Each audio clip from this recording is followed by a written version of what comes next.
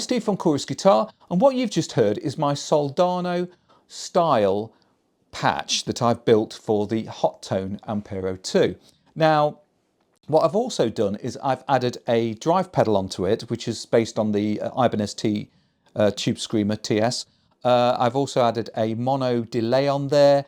I'm using an impulse response provided by Celestion, which is on the Ampero II, which is fantastic. That's a greenback 4x12 speaker cab. And I've added a Crybaby, which is based on the Dunlop Crybaby wah.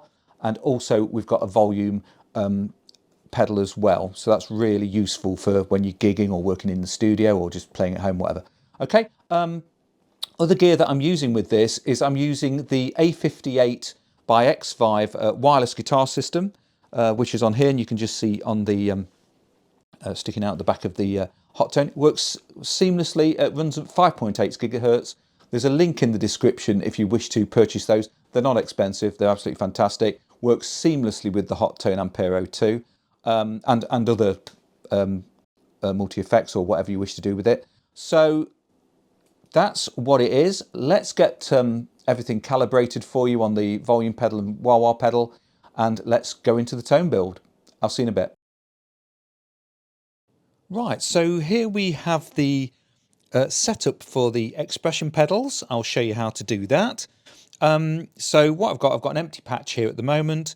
I'm going to press the S, and what it does, it shows us the signal chain down here. Now I am going to change the signal chain later on, as it's showing two signal chains at the moment, and I just want one. But first of all, I'm just going to pop in a noise gate, which comes under the Dynamics DYN. Pop one of those in, choose the AI gate, and that'll pop that there. Next, I'm going to go and get myself a volume control, which should be at the bottom somewhere. There you go. That's in block number 2, and in block number 3 I normally use a wah, and for this I'm going to use a Cry-Wah Plus. You can use what you like, but I'm going to use a Cry-Wah Plus. Okay, so that has got those set up now. So what we need to do now is we need to set up the expression pedal. Now you can see here it says none. It says nothing's been selected. So what you do, just press that, tell it it's the volume pedal, and then go back like so. And then what I need to do now is I need to calibrate it. Press the calibration. As you can see, it says lift the pedal fully up towards the heel. So I'm going to do that with my hand. Okay, press next. And then it says press it forwards towards the toe. Do that, press next. And then it says press strongly. Now, I'm actually doing this with my hand, so I'm really going to kind of just press that hard and press next. And that's completed that. That's brilliant. And so it is quite hard to push down, so don't worry if you can't do it very well. Normally you're using your foot and putting a lot of weight on it. I'm using my hand at the moment, so that's going to be a bit tricky. Okay, so let's have a look at the expression pedal 2 setting. Go to that one. See how it's turned blue? It says none at the moment. So what I want to do is press on the wah, and I'm going to go for position. Yeah, so you can see it says position there. Lovely. Let's go back. Let's calibrate that. Let's go to that. Hold that down. Calibrate. And do the same. Heel. Next. Toe. Press next. And press strongly.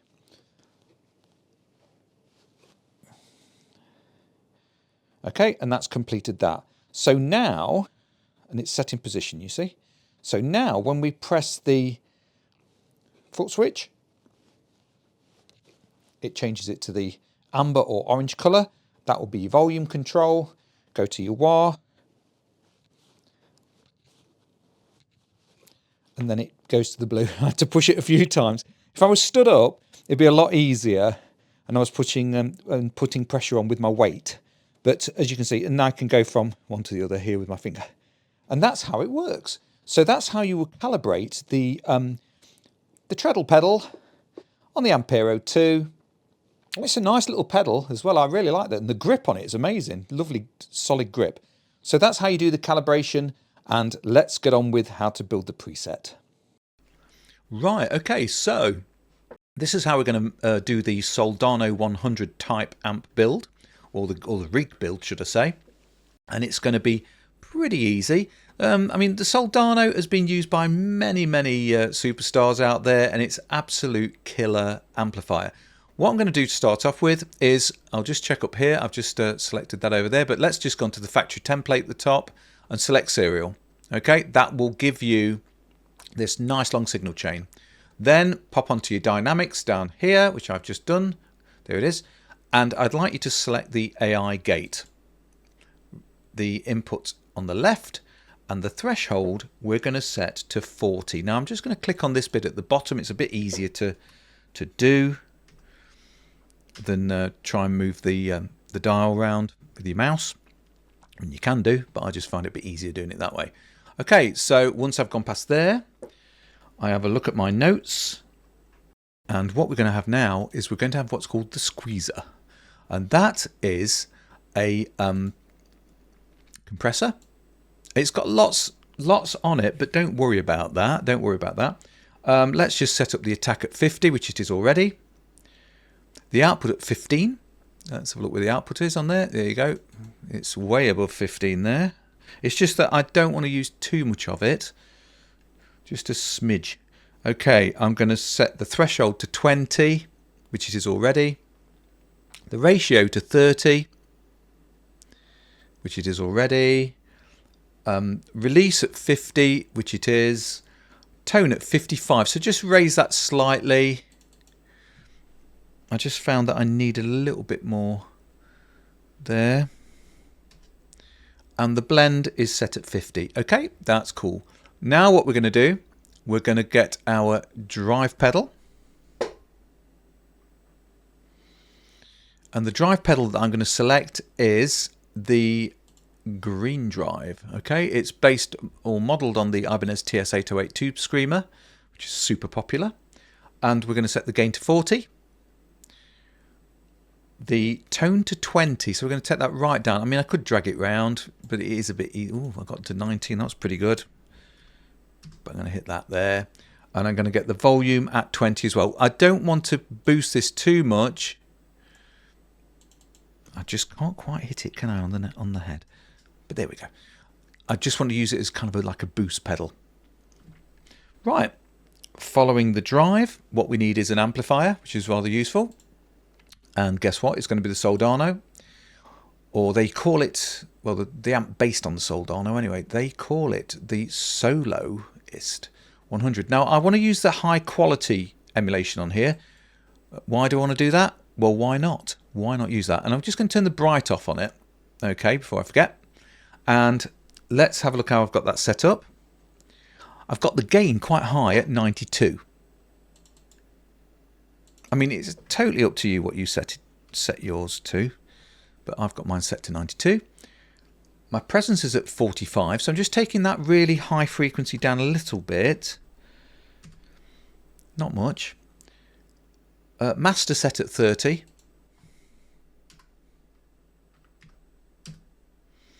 The bass, I'm going to ramp that up to 80. Middle, take that down to 15. Now, it's a little bit like scooping the mid. If you ever listen to bands like Metallica or anything like that, you tend to find they scoop their mids, but you will have to compensate by raising your volume a little bit because you will lose some. The treble is going to remain at 50, taking the bright off. The preamp tube emulation here is 12AX7A. There's quite a few different preamp tubes in there. And the power amp tubes is the good old 6L6s that you'll find in things like Boogies, obviously Soldanos, Fenders, things like that. Yeah, so that's set up. That's nice to have all these preamp tubes and power amp tube options. Okay, next we're going to need a cab of sorts. And what I'm going to use this time, in comparison to what I did last time on my JCM 800 build, check that out, so a great build, is I'm going to get the impulse response, and I'm going to use an all-time favourite of the Greenback 4x12. And I do believe these are provided by Celestion themselves, which is really cool. And what I'm going to do is I'm going to set the volume to 50, which it is already. Now the low cut, I'm going to set to 75 because We don't want any of that sort of boomy, flubby kind of sound. We call it flubby. That's the sort of thing what people call it. And the high cut, where you've got the high-end frequencies, I'm going to drop that to 7761 or 7760 or something like that. Okay, so 7761. There we go. And as we can afford to, I'm going to set the resolution to high for the highest quality of this impulse response. So that's that. We don't need a cabinet anymore because we've already selected one. And we're going to go onto the EQ now. Onto I can pop it here, I guess. Pop onto my EQ, and I'm going to select the graphic 7. There we have it. So you've got a 7-band graphic equalizer. It's called a graphic equalizer because it looks like a graph when you move it. Let's have a listen to the guitar actually. Let's see what it sounds like. Now we've got the amp and the IR.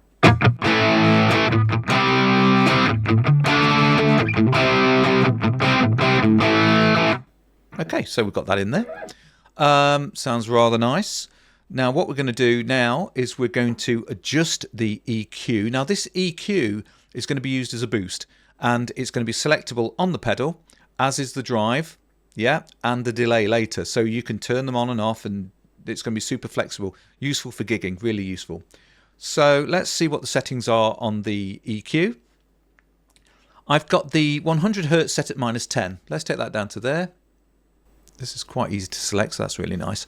The 200, the 400, the 800 and the 1.6, I'm going to leave at 0. So I'm going to leave that flat, yeah? When I get to the 3.2 kilohertz, I'm just going to drop that to -5. Just take a little bit of that off. It's sort of the trebly end of things.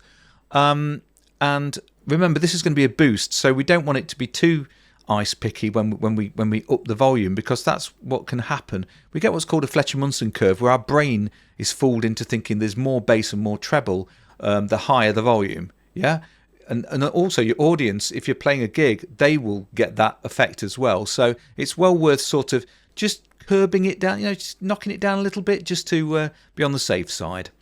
Let's have a look. So the 6.4, I'm going to drop that down to -10. You can take it down further as well. I mean, I would certainly test this through different pieces of equipment. I mean, I'm setting this up using Yamaha HS5 active monitors in the studio.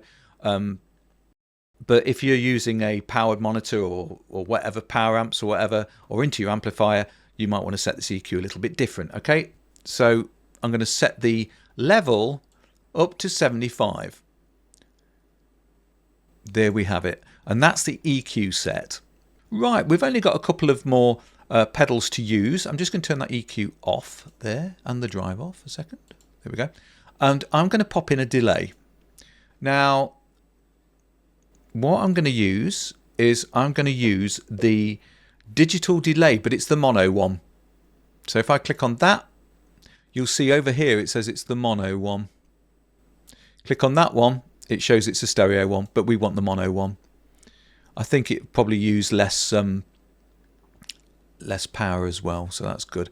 Okay, I'm gonna put the trail on while I'm here at this end, and I'm going to set the mix to 20, which is already, and my time, I'm just going to go below half a second. I'm going to set it to 475. That's where I sort of like it.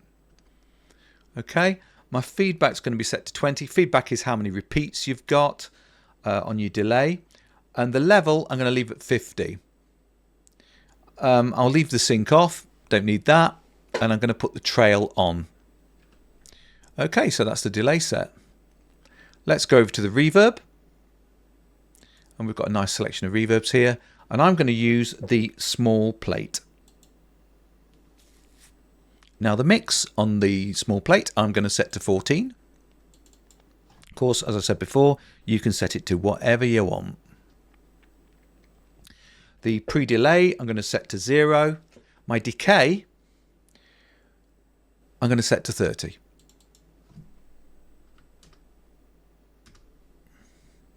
Low damp, leave at 50.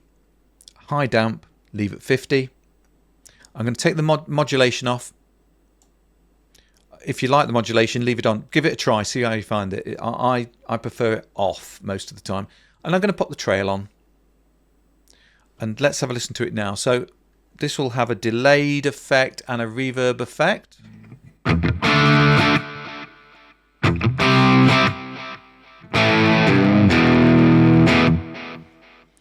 Front pickup.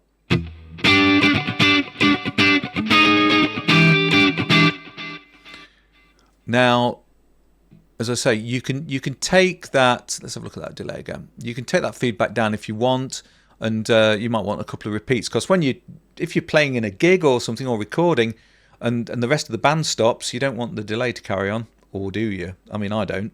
Okay, so that's how I would set that delay. Now let's have a listen to it with the drive. So if I'm going to play a chord and then put the drive on. Here we go.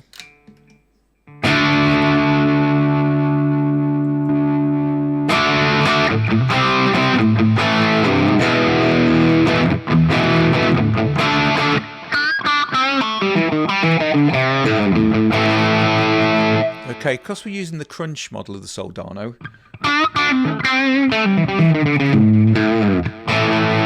you can hear the difference. So that drive really, it makes it a bit crisper, gives it a little bit more gain, and also what we're going to do, we're going to set that drive up on the pedal now, and what we need to do there is we need to go to this icon top right. Okay, so what we have here, these are your foot switches. So on my Ampero 2, I've got the 4-foot switches. If you've got the Ampero stage, it's going to be a little bit different, but this is where I am at the moment. So what I'm going to do is I'm going to put the drive on the first foot switch. Okay, so I'm going to click on that. Oops, click on it twice. Yeah, and that's set it up on the first foot switch. On the now you can have them in any order you wish. On the second one, I wish to have, I don't know, I'll put my delay on, let's say. There we go. So that's set up on that pedal. If you look down on yours and you've got it set up the same as mine, you'll see that it's showing delay on the next one. Now, if you go to 3, I would use my EQ as a boost. So I've just double clicked that and it shows it up as a boost. And if you've got any other pedals that you wish to, add, you've got on my system, I've got another pedal that I can use, or a space I can use, should I say. And there's lots of cool things to do. And that was really easy to set up, wasn't it? Okay. And also scenes as well. I might be doing a video on scenes, actually. They're really super, super cool. I use them on other effects processors that I own, and they save a lot of messing about. Okay, so enjoy, and I'll see you soon.